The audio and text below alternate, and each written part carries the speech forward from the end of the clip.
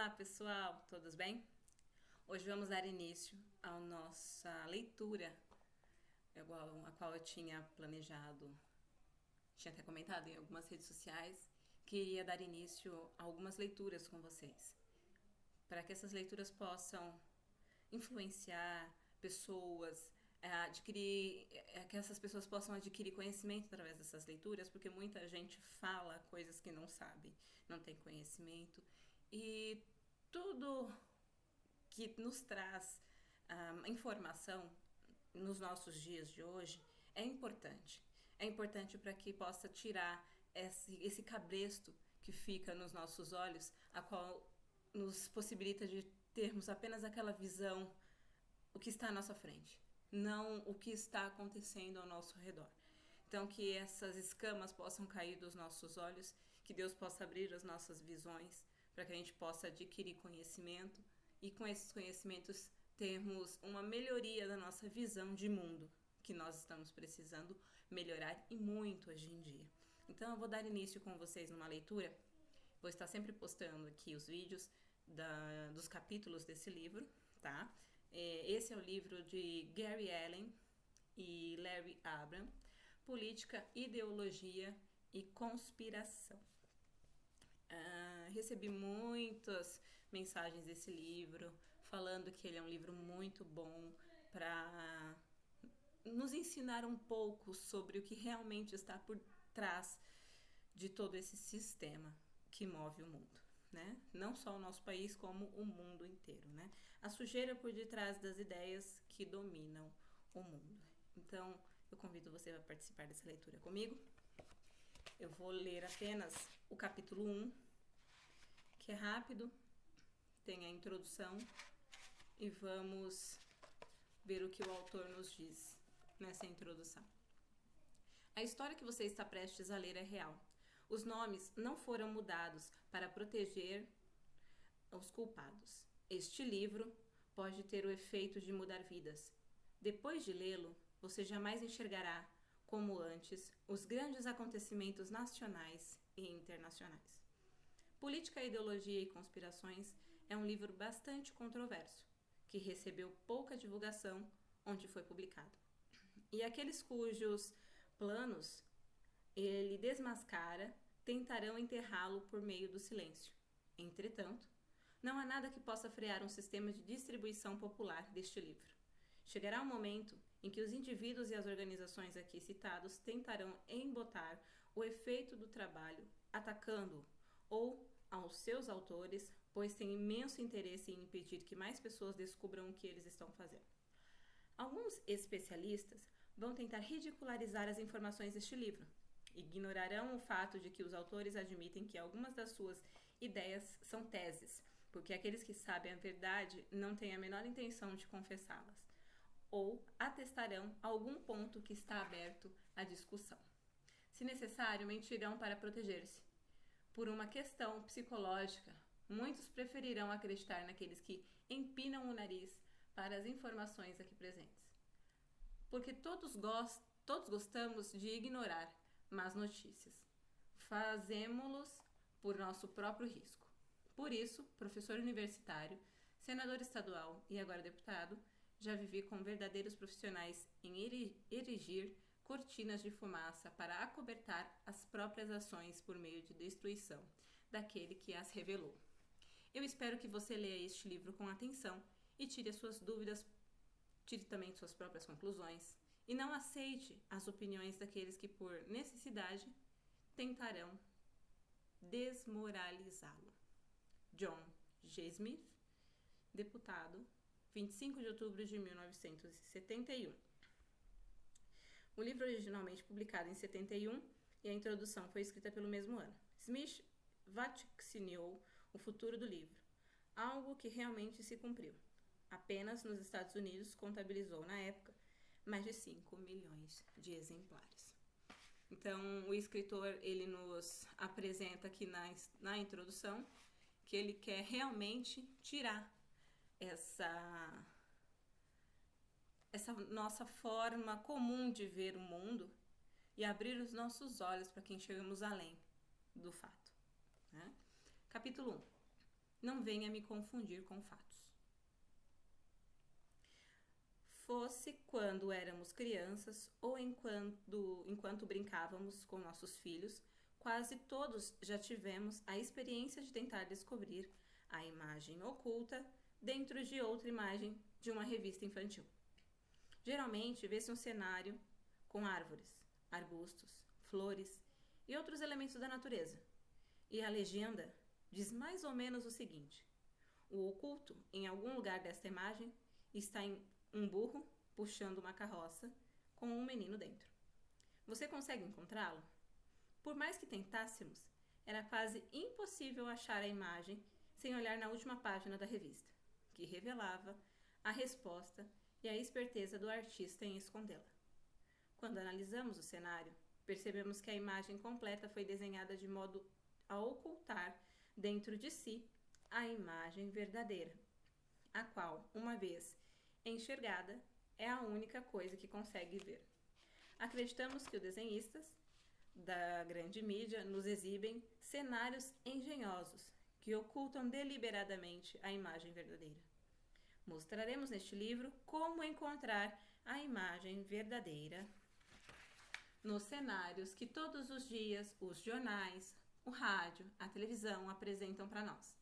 Quando conseguir ver através da camuflagem, você verá o burro, a carroça e o menino, que estavam lá o tempo todo. Por exemplo, milhões de americanos, preocupados e frustrados com os problemas que se abatem sobre seu país, sentem que algo está errado, profundamente errado, mas não conseguem pôr o dedo na ferida certa por causa dos desenhistas. Talvez seja esse o seu caso. Alguma coisa o incomoda, mas você não sabe o que. Os americanos continuam a eleger presidentes que prometem, com aparente sinceridade, impor limites aos gastos extravagantes do governo, matar o dragão da inflação, pôr a economia nos trilhos, frear o avanço do autoritarismo no mundo, reverter as tendências que estão transformando o país em um esgoto moral e botar os criminosos atrás das grades, onde é o lugar deles. Contudo, a despeito das elevadas esperanças e estrondosas promessas de campanha, esses problemas ficam cada vez mais piores, não importando quem esteja no poder.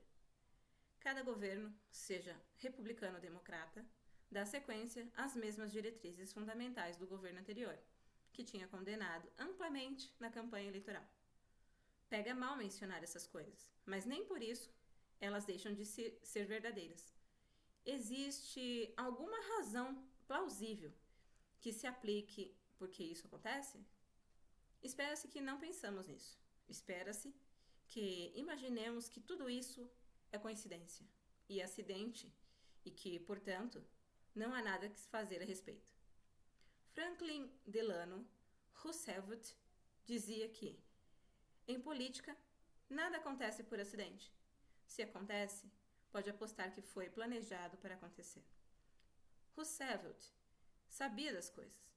Nós acreditamos que muitos dos grandes acontecimentos globais que estão moldando o nosso destino ocorrem porque alguém ou algum grupo assim o planejou. Se estivéssemos diante de uma simples lei da probabilidade, metade dos eventos que afetam o bem-estar dos Estados Unidos deveria ser benéfico. Se estivéssemos diante de uma simples incompetência, os governantes errariam a favor do povo de vez em quando. Tentaremos provar que, na verdade, não estamos diante de coincidências nem de estupidez, mas de planejamentos e brilhantismo. Este livro trata de planejamento e desse brilhantismo e de como eles moldaram a política interna e a política externa de 6 governos americanos. Esperamos que ele explique questões que até agora pareciam inexplicáveis, que coloque dentro do foco com exatidão as imagens que têm sido obscurecidas pelo cenário pintado pela grande mídia. Quem quer que acredite que grandes acontecimentos mundiais são resultado de planejamentos é ridicularizado por crer na teoria da conspiração da história, pois é claro que ninguém, em plena modernidade, acredita de verdade na teoria da conspiração da história, exceto aqueles que dedicaram aos estudos do tema. Na verdade, existem pessoas que vêm apenas duas teorias da história.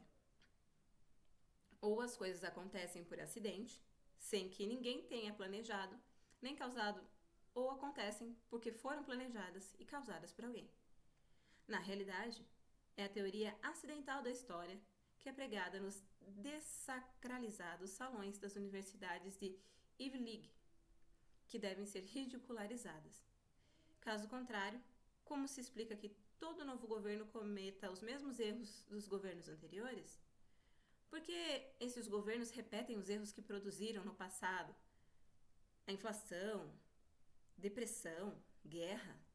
Por que o Departamento do Estado tropeça a cada passo numa nova burrada que beneficia os comunistas? Se acreditar que tudo isso é acidente ou resultado do fluxo históricos misteriosos e inexplicáveis, você será considerado um intelectual que entende que vivemos em um mundo complexo. Se acreditar que por volta de 32.496 coincidências consecutivas ao longo dos últimos 40 anos força um pouquinho a lei das probabilidades, você é pirata. Por que é que virtualmente todos os acadêmicos respeitáveis e colunistas de renome da grande mídia rejeitam a teoria do efeito da história? Isso é, a teoria da conspiração da história? Em primeiro lugar, porque a maioria dos acadêmicos segue o rebanho do mundo acadêmico. Como muitas pessoas seguem a moda. Nadar contra a corrente implica ostracismo social e profissional. O mesmo acontece na grande mídia. Embora catedráticos e analistas professem ser tolerantes e manter a mente aberta. Na prática, essa tolerância é uma via de mão única, com todo o tráfego correndo para a esquerda. Os esquerdistas do reino da Torre de Marfim e os formadores da opinião do establishment toleram até maoístas, mas ser conservador é pior. O conservador, proponente da visão conspiratória, é terminantemente proibido. É mais negócio ficar bêbado no meio de uma convenção proibicionista. Em segundo lugar, essas pessoas desenvolveram ao longo dos anos grande interesse, escusos nos próprios erros, que as tornaram totalmente comprometidas de algo intelecto com a teoria acidental. O exame das provas de existência de uma conspiração guiando o nosso destino político nos bastidores obrigaria muitas delas a repudiar toda uma vida de opiniões acumuladas. E pouca gente admite de bom grado ter sido ludibriada ou ter se equivocado. É preciso ser alguém de personalidade forte para encarar os fatos e admitir que se enganou, mesmo que por falta de informações. Esse foi o caso dos autores deste livro.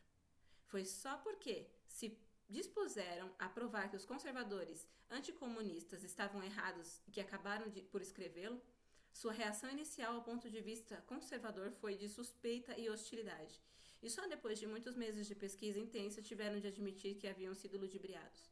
Políticos e intelectuais têm a atração pela ideia de que os acontecimentos são desencadeados por um misterioso fluxo histórico ou se dão por acidente, porque é assim que dependem escapar da culpa quando as coisas dão errado. A maioria dos intelectuais, tanto os pseudos quanto os autênticos, finge que a teoria da conspiração da história não existe. Não tenta refutar as provas, e jamais, pois elas não podem ser refutadas. Quanto a cortina do silêncio não funciona, os acadêmicos e os formadores de opinião objetivos recorreram ao escárnio, à sátira e a ataques pessoais, que tendem a desviar a atenção dos fatos que o escritor ou palestrante está tentando revelar. A ideia é forçá-lo a interromper suas explicações e perder tempo e esforço defendendo-se. Porém, as armas mais efetivas usadas contra a teoria da conspiração da história são o escárnio e a sátira. Usadas com habilidade, elas são extremamente potentes para evitar qualquer tentativa honesta de refutar os fatos. Afinal de contas, ninguém gosta de ser ridicularizado. A fim de evitar o escárnio, a maioria se cala, e esse tema é sem dúvida propício ao escárnio e à sátira. Uma das técnicas usadas para isso é a ampliação da conspiração até o absurdo. Por exemplo, Nossos homens, nos peçonhentos salões universitários, podem dizer naquele tom arrogante de deboche: você deve acreditar que todo professor esquerdista recebe pela manhã um telegrama do quartel-general da conspiração com ordens diárias para a lavagem cerebral dos estudantes. Alguns teóricos da conspiração de fato carregam nas tintas, estendendo a conspiração do pequeno círculo secreto, em que ela consiste até a inclusão de todos os afetados da esquerda e burocratas do mundo. Ou, devido a intolerâncias raciais e religiosas, pegam pequenos fragmentos de provas legítimas e os ampliam até chegar a uma conclusão que confirme seu preconceito particular, por exemplo, de que a conspiração é totalmente judia, católica ou maçônica. Em vez de ajudar a revelar a conspiração, essas pessoas infelizmente caem no jogo daquelas que querem que o público pense que todos os teóricos da conspiração são desmiolados. Os intelectuais adoram um clichê empolado, do tipo: a teoria da conspiração é muito tentadora, porém simplista, em demasia. Imputar absolutamente tudo o que acontece à maquinação de um pequeno grupo de conspiradores sedentos por poder é de fato simplista em demasia. Em nossa opinião, porém, nada é mais simplista do que apegar de forma obstinada a visão acidental dos grandes acontecimentos mundiais. Na maioria dos casos, os alinhados à esquerda simplesmente taxam de paranoico todo aquele que discute a conspiração. Ah, vocês direitistas dizem que, balançando todos os arbustos, revirando todas as pedras, procurando todos os bichos-papões imaginários, depois vem o golpe de misericórdia. Relutar a teoria da conspiração de teoria demoníaca da história. As esquerdas adoram essa. Ainda que seja uma frase vazia, soa tão sofisticada. Como as figuras importantes do mundo acadêmico e da mídia adotam essa atitude debochada com a teoria da conspiração, ou de causa-efeito da história, não surpreende quase milhões de pessoas inocentes e bem-intencionadas, tomadas pelo desejo natural de não parecer ingênuas, adotem as atitudes e repitam os clichês dos formadores de opinião. Na tentativa de parecer sofisticadas, elas copiam um ar de superioridade olímpica de seus mentores, embora não tenham destinado nem 5 minutos ao estudo do tema da conspiração internacional. Os acidentalistas querem que acreditemos que é simplista atribuir qualquer um dos nossos problemas a planejamentos e que, na verdade, todos eles são causados por tríade: pobreza, ignorância e doença, que doravante chamaremos de PID. Ignoram o fato de que os conspiradores organizados usam a PID, real e imaginária, como pretexto para construir uma prisão para todos nós. A maior parte do mundo sofre de PID, desde tempos imorais, e seria incrivelmente superficial pensar que a sucessão dos desastres empreendidos pelos governos dos Estados Unidos se deve ao PID. Os acidentalistas ignoram o fato de que alguns países mais avançados do mundo foram conquistados pelos comunistas, como Tchecoslováquia, que era um dos mais industrializados, e Cuba, que tinha a segunda maior renda per capita da América Central e do Sul. Na verdade, porém, que não existem membros de elite intelectual que subdescrevem a teoria da conspiração da história, por exemplo. Temos o professor Carol Quigley, da Foreign Service School, da Universidade de Georgetown. Ninguém pode acusar o professor Quigley de ser extremista de direita. A grande mídia fez com que essas palavras se tornassem inseparáveis. Quigley tem todas as credenciais esquerdistas, já que lecionou nas mecas acadêmicas do establishment progressista, Princeton e Harvard. Em Tragedy and Hope, Tragédia e Esperança, de 1.350 páginas e quase 2,5 quilos, Quigley revela a existência de rede conspiratória que será discutida neste livro. O professor não apenas formula uma teoria, mas revela a existência daquela rede a partir da experiência direta. Ele também esclarece que é apenas os sigilos da rede que tem objeções, não a seus objetivos. Quigley revela: conheço as operações desta rede, porque eu a estudei por 20 anos e porque me foi permitido, no começo da década de 1960, ter acesso aos seus papéis e registros secretos por 2 anos. Não tenho aversão a nenhuma a ela, e nem a maior parte dos seus objetivos. E durante grande parte da minha vida estive próximo dela e de muitos dos seus dispositivos. Já levantei objeções a algumas dessas suas políticas, tanto no passado quanto recentemente. Mas, no geral, a princípio dessa diferença de opinião entre mim e ela reside no fato de que essa rede deseja permanecer desconhecida, ao passo de que eu acredito que o seu papel na história é significativo demais para ser deixado desconhecido. Grifo nós. Concordamos que seu papel na história merece ser conhecido. Esta é uma razão pela qual escrevemos este livro. Entretanto, discordamos enfaticamente do objetivo dessa rede, que, segundo descreve Kingley, consiste em nada menos que criar um sistema mundial de controle financeiro no cargo de mãos privadas, capaz de dominar o sistema político de todos os países e a economia mundial como um todo. Em outras palavras, este círculo secreto sedento de poder quer controlar e dominar o mundo. Ou, o que ainda é mais assustador, esse círculo secreto quer controle total sobre todas as ações individuais. Controle total sobre todas as ações individuais. Como observa o professor Kingley, a liberdade e a escolha do indivíduo serão mantidas dentro de alternativas bastante restritas, visto que será numerado a nascer monitorado com número ao longo de formação educacional, seu serviço militar obrigatório ou de outros serviços públicos obrigatórios, das declarações de imposto de renda, das consultas e obrigações médicas, da aposentadoria e do seguro de vida. Por que será que isso me parece tão familiar nos dias de hoje? Essa organização quer ter controle de todos os recursos naturais, negócios, operações bancárias, transporte por meio de controles dos governos do planeta. A fim de alcançar esses objetivos, os conspiradores não tiveram nenhum escrúpulo em fomentar guerras, depressão e ódio. Eles fomentam guerras, depressões e ódio para ter controle. Eles querem um monopólio que eliminaria todos os competidores e destruiria o sistema de livre iniciativa. Querem tirar nossa liberdade de todo jeito.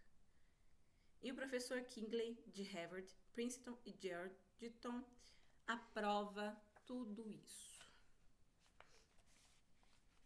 Mas ele não é o único acadêmico que está ciente da existência de um círculo secreto de conspiradores que se autoperpetuam e a quem chamaremos de adeptos. Outros estudiosos honestos, deparando sempre com os mesmos indivíduos nas cenas de incêndios políticos desastrosos, concluíram que obviamente existe uma organização de piromaníacos atuando no mundo. Piromaníacos. Ótima palavra. Acho que se enquadraria em alguns políticos que a gente conhece, né? Continuando. Embora sejam intelectualmente honestos, eles não têm dúvida de que suas carreiras seriam destruídas caso tentassem desafiar os adeptos abertamente. Os autores deste livro sabem da existência desses homens porque têm contato com alguns deles. Há também alguns líderes religiosos que estão cientes da existência dessa conspiração, segundo relata uma reportagem da United Press International, IP, 27 de dezembro de 1965.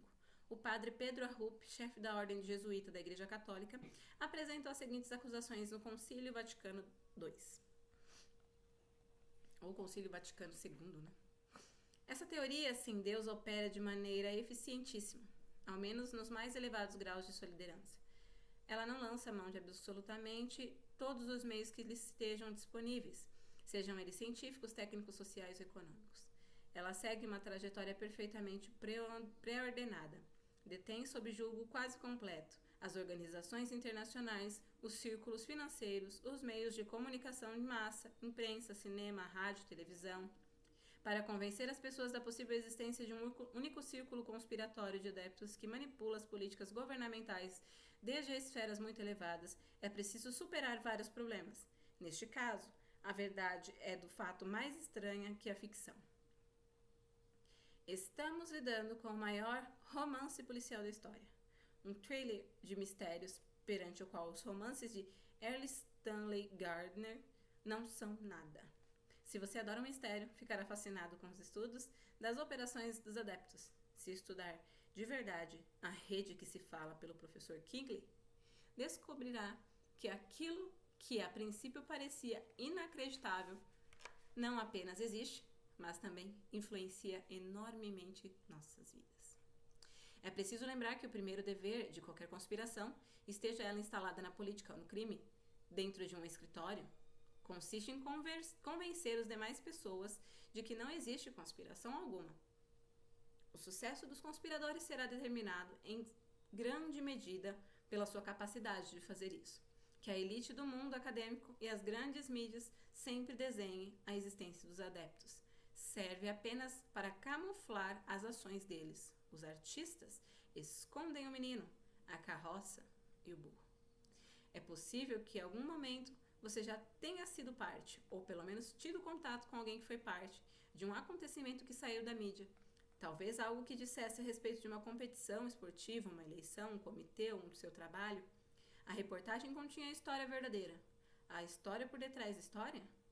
Provavelmente não. Por uma série de razões. O repórter pode ter tido problemas de tempo ou espaço e há grandes chances de os envolvidos não terem revelado todos os fatos de propósito. É possível que os próprios preconceitos do repórter tenham decidido mais fatos entrariam na matéria e quais ficariam de fora.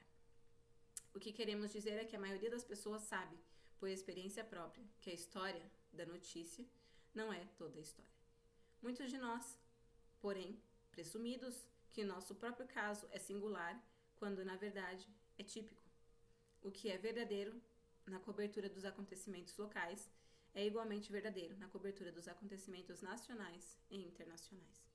Problemas psicológicos também desempenham um papel no mundo como um papel de modo que, como que as pessoas olham as provas relativas dos adeptos, pois em geral elas se sentem confortáveis com suas crenças e concepções.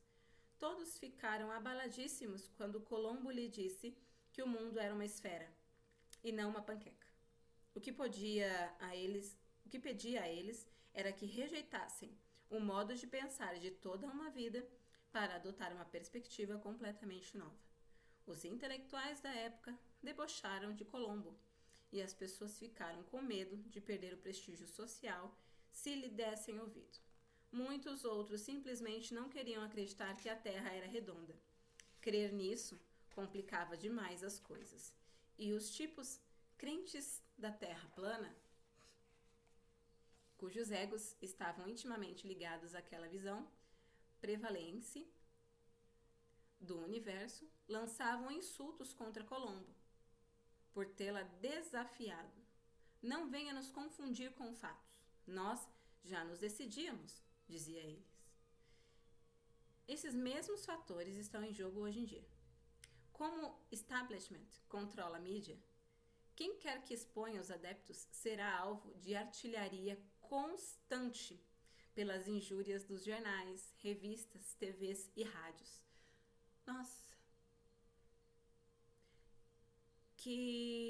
Eis que como funciona a ameaça da perda de respeitabilidade social, que se lança contra quem quer que ouse levantar a ideia que existe uma organização por detrás dos problemas que estão destruindo os Estados Unidos no momento. Infelizmente, para muitos, o status social vem antes da honestidade intelectual. Embora jamais o admitam, para eles, a posição social é mais importante do que qualquer sobrevivência da liberdade dos Estados Unidos. Se você lhe perguntar o que é mais importante, ter respeitabilidade social ou salvar os filhos da escravidão, eles responderão, é claro que isso é mais importante do que aquilo. Mas suas ações, ou a falta delas, são mais significativas do que suas palavras. Quando se trata de recusa, de encarar ameaças à sobrevivência dos Estados Unidos, a capacidade de racionalização é infinita. Lá no fundo, as pessoas têm medo de que, se tomarem posição, serão ridicularizadas ou deixarão de receber convites para jantares inteligentes de um alpinista social qualquer.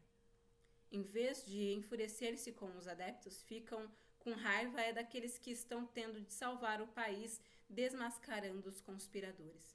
É um fato que torna tão difícil para quem está preocupado com o bem-estar da sociedade avaliar objetivamente as provas da conspiração. É que os conspiradores provêm dos estratos sociais mais elevados. São imensamente ricos, enormemente eruditos e extremamente cultos. Muitos deles são vistos como filântropos, reputação construída ao longo de toda a vida. Ninguém gosta de fazer o papel de acusar pessoas proeminentes de conspirar para escravizar seus concidadãos, mas não se pode fugir dos fatos. Dois grupos em particular que são vulneráveis ao papo de não pôr em risco a sua respeitabilidade social, daqueles que não querem que a conspiração seja revelada, são os dos empresários e os dos profissionais liberais. Os adeptos sabem que esses grupos não marcarem posicionamento em prol da salvação do sistema de iniciativa privada, o socialismo por meio da qual eles pretendem controlar o mundo será inevitável. Acreditam ainda que quase todos os empresários e profissionais liberais são demasiado superficiais e decadentes, demasiado preocupados com o status, demasiado atolados nos próprios problemas profissionais para que se importar com o que está acontecendo na política. Assim, essas pessoas são informadas de que tomar posição seria ruim para os negócios e poria em risco seus contratos com o governo. Compra-se o silêncio daqueles com o dinheiro que eles mesmos pagam em impostos. Esperamos que os conspiradores tenham subestimado a coragem e o patriotismo que restam no povo americano. Sentimos que existe um número suficiente de vocês que não foi hipnotizado pela televisão, que põe Deus, pátria e família acima do status social, que está disposto a se juntar para revelar e destruir a conspiração dos adeptos. O filósofo Diógenes percorreu todos os cantos da Grécia antiga em busca de um homem honesto. Nós estamos percorrendo todos os cantos dos Estados Unidos em busca das centenas de milhares de homens e mulheres intelectualmente honestos, que estejam dispostos a investigar os fatos e a chegar a conclusões lógicas, sem importar o quanto essas conclusões possam ser desagradáveis. Minha gente. Isso, 1965. Anos já se passaram, baseados na política americana. Vemos tudo o que está acontecendo no nosso país. Vemos os adeptos do socialismo / comunismo querendo colocar as suas garras totalmente de volta na nossa pátria, no nosso Brasil. E todos aqueles que apoiam Deus, a pátria e a família sendo oprimidos. Vemos a cada dia que passa a nossa liberdade ser privada e a tendência é piorar. Mas vamos lutar.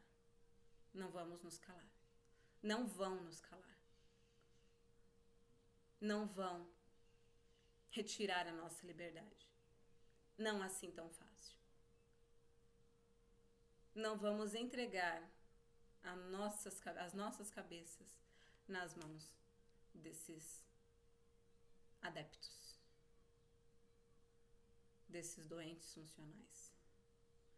Usam tragédias, usam doença, depressão para limitar a liberdade das pessoas. Triste estamos no século XXI, no ano de 2022, lendo notícias como eu li ontem, que o governador do estado de São Paulo vai barrar as pessoas de tirarem a sua carteira de motorista, possivelmente até de renovar as suas documentações de habilitação, se não apresentar uma caderneta de uma vacina que não te impede de contrair um vírus e que não te impede de disseminar esse vírus para outras pessoas. Questionei a prefeitura da cidade sobre 7 pessoas internadas, se essas 7 pessoas eram vacinadas ou não. Me informaram que não podiam passar informações pessoais. Só que a gente acredita em quê? A maioria, até o próprio Queiroga falando que a maioria dos que estão internados em estado grave são não vacinados, como é que a gente vai saber se a gente vai tentar se informar na nossa própria cidade? Não podem dar essa informação para nós. Então, querem que a gente engula tudo do jeito que vem pronto e acabou. Não façam isso. Não aceitem tudo do jeito que está. Vamos acordar antes que seja tarde demais. Porque na hora que a gente for acordar de verdade para exigir a nossa liberdade, o nosso direito à liberdade, pode ser que tenha sido tarde demais. Então essa é a minha mensagem para você. Logo, logo eu volto com o capítulo 2 do livro. Políticas, ideologias e conspirações. E na realidade nem tudo é conspiração. Muitas das vezes é realidade. É a realidade que está escondida por detrás da cortina do teatro. Vamos abrir os nossos olhos. Vamos questionar tudo. Vamos reter o que é bom. Vamos escancarar o que não presta para todo mundo ver. Beijo a todos. Quem puder, se inscreve lá no canal do YouTube, A Revolta dos Que Não Foram. Deixa o seu like, deixa o seu comentário. Em breve a gente volta com mais vídeos. Não esquece, logo logo a gente volta com o capítulo 2. Eu vou ler esse livro todinho com vocês. Pra gente aprender um pouco mais, ter mais conhecimento, adquirir mais conhecimento. Conhecimento nunca é demais. A janela do conhecimento abre a nossa mente para que nós tenhamos mais sabedoria a cada dia. Crescemos, pois, nesse conhecimento. Beijo a todos. Fiquem com Deus. Boa semana.